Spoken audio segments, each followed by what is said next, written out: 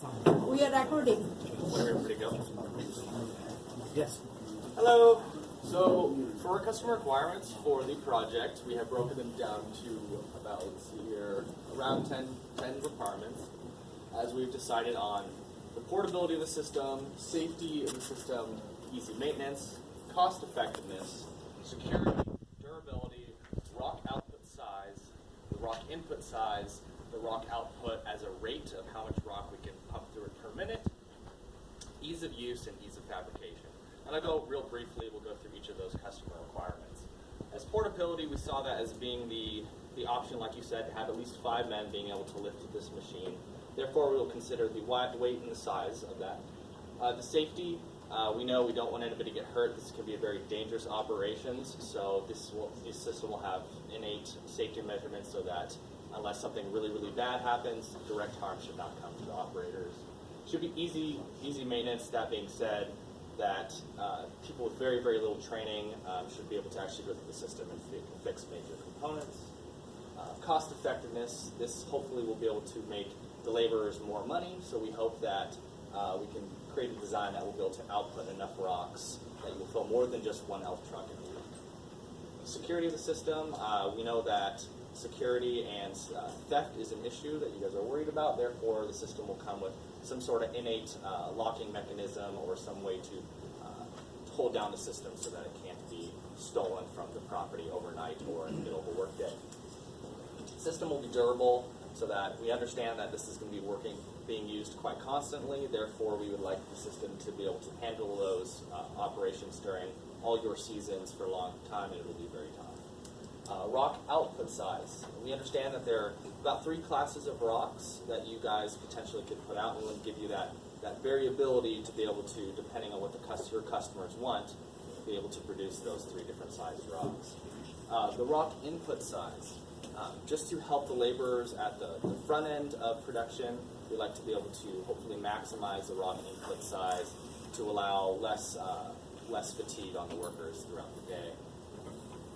Output, the volume per minute, that will hopefully play into the cost effectiveness and increasing your profit margins so that you guys can be pumping out a lot of rocks in a day to hopefully fill more than one elf truck in a week. Ease of use, we'd like to design the system so that it could be used by someone with almost minimal, no experience of the rock crusher so they can see it, and in less than hopefully 10 minutes they could get an idea of how the system works. And our last specification, our customer requirement we deemed necessary was ease of fabrication. We understood that you guys would like, hopefully, more than one machine one day, so we want to design a system that it can be constructed with tools that are readily available in Uganda. And I'll pass it off to Drew for the engineering specifications.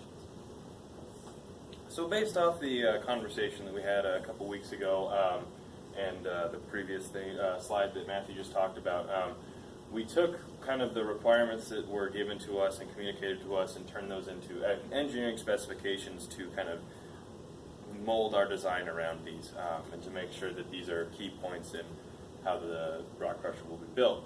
The first thing on the list is the number of parts. We want to kind of keep it simple, as Matthew said before, to help with the ease of assembly and repair and things of that nature. The price, obviously, we want it to stay on the cheaper end for reproducibility, and other things of that nature, dealing with the price. The weight goes with the portability aspect. If you have something that's too heavy, it can't be moved easily, and that kind of defeats the purpose. If it's going to be moved from site to site every day, then it needs to be portable to some degree. We want to make sure that we focus on the volume output of the rock, so increasing the rock output from what it currently is with just the workers. That's one of the main points of getting a machine to do the rock or to do the rock crushing for you. The jaw yield strength, that kind of deals with the durability, just to make sure that it can crush rocks over and over and not have any problems crushing those rocks, and it can do it for long periods of time. Input rock size, as Matthew kind of said, to make it less work on the front end before the machine. Obviously, this machine's not going to be able to just take any size rock, so we're trying to make sure that the input size is a size that most rocks can be broken down to with relative ease and then thrown into the machine itself. The rock output size, we know that you guys make different size or produce different sized rocks at the end of the rock crushing cycle. So we want our machine to be able to adjust to the output size you're looking for, whether it's 1/4 inch or 1/2 inch or whatever the size may be. Obviously, we want to look at anti-theft measures to prevent the machine from being stolen. Whether that is locking mechanisms or things that tie it down or prevent it from being used at all, or however that works out. We obviously want to decrease the number of hazards that we have in the machine, adding guards or just making the machine quiet so it doesn't hurt people's ears for long periods of time, and just overall kind of increase the safety of the rock crusher. This machine will be used year-round from what you told us, and will be used more or less all day, so it needs to be durable both in terms of the weather, but in also repeated use. So we will make sure to design it around that. And then finally, we want the strength required to operate the machine to be very minimal, so anybody can come up and use it no matter their size or their strength or anything like that. And it's just very intuitive to use. And with that, I think we're moving on to the individual team presentations. Team 7, are they going first? Okay. Okay, thank you.